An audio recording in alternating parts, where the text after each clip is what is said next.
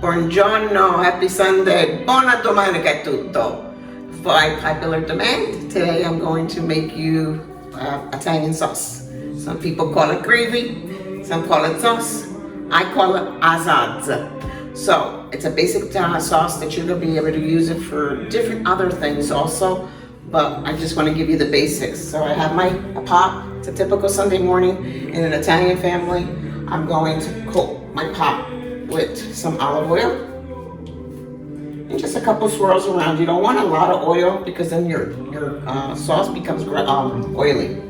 Then what I did is I grated my garlic. I used about 3 cloves, and the reason why I grate it is because it almost melts into the sauce and you don't have pieces of it. So you grate about 3. And what you're gonna do is you're gonna let this brown a little bit before you do anything else.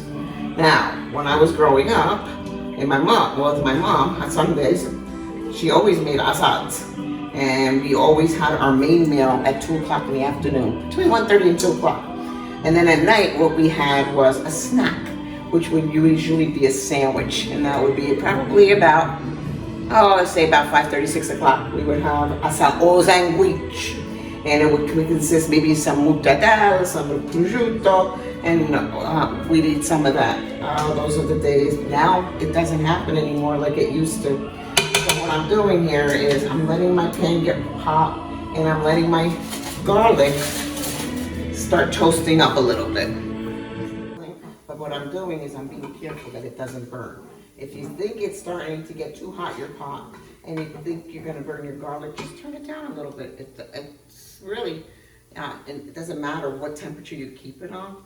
It really matters at the end when you're letting it simmer.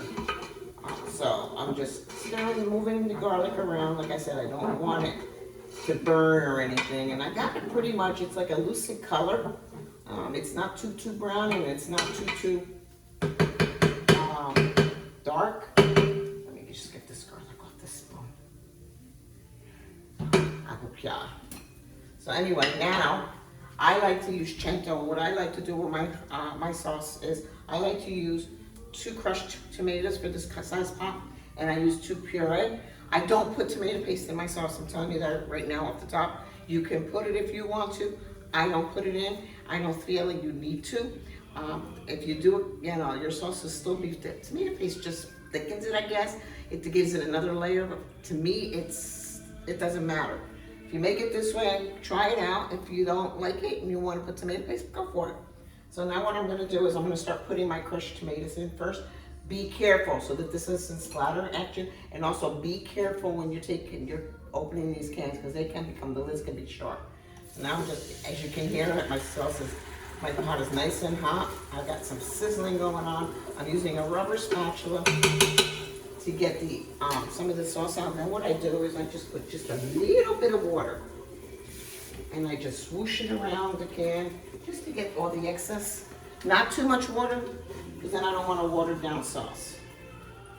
And I continue this process until I have all my cans of sauce in here, and we put it in.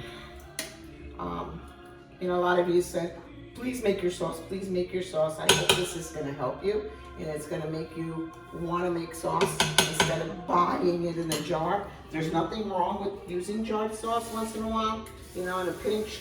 But what I do with jarred sauce, I docker it up if I had to. Not that you'll see one in this house, but if I have to, I'll still docker it up to, make it my own.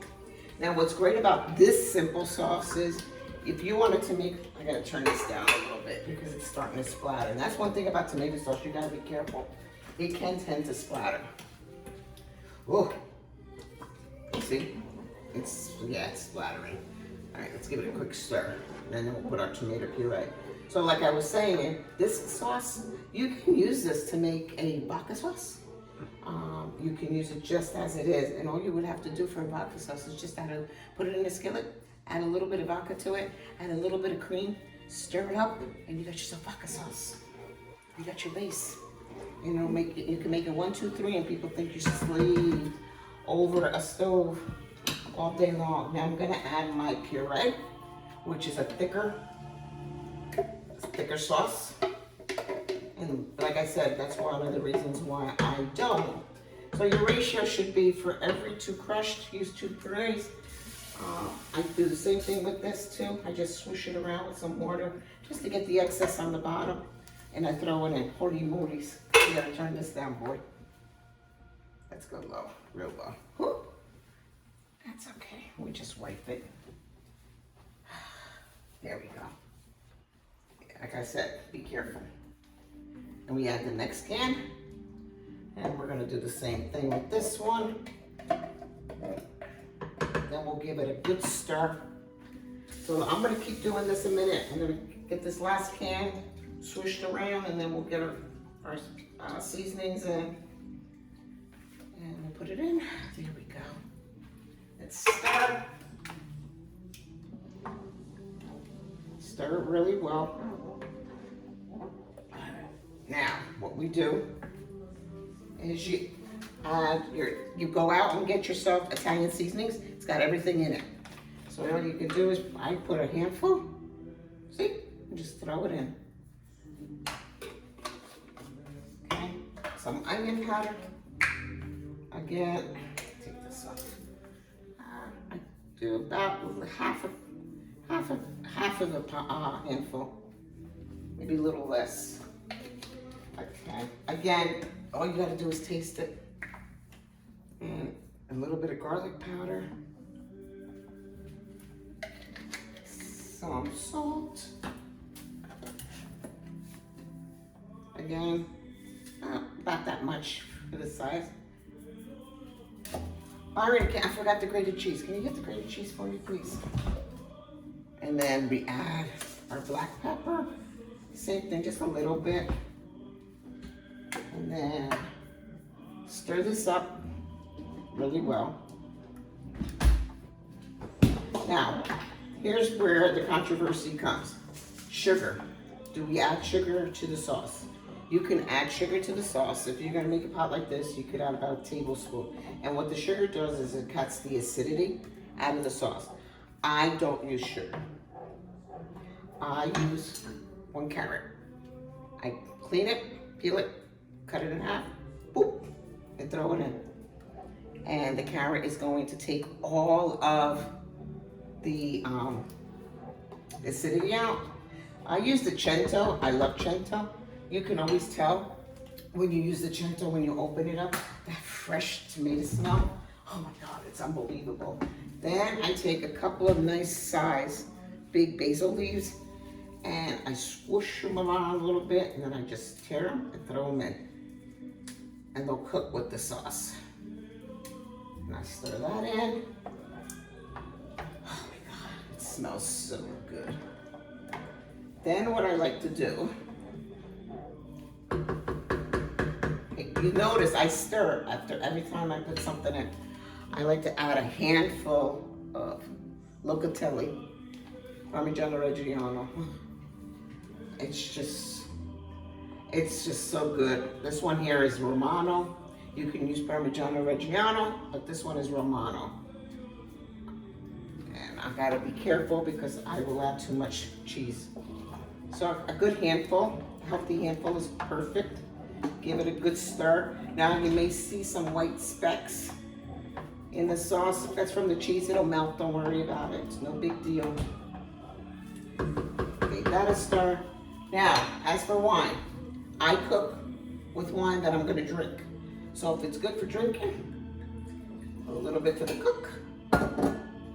Salud. Oh yeah, warm. So I just pour just a little bit, just go around twice, that's all. Like this. And give it a good stir. And that, my friends, is how I make my sauce.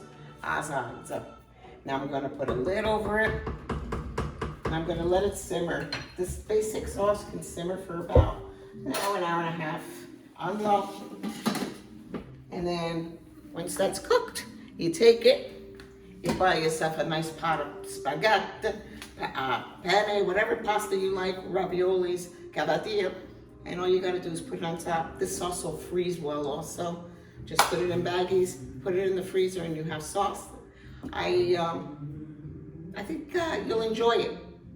Don't forget, next week I will have a special guest. Please like these videos. Please subscribe on Instagram. I really appreciate it. And I'll see you soon. Take care. Bye.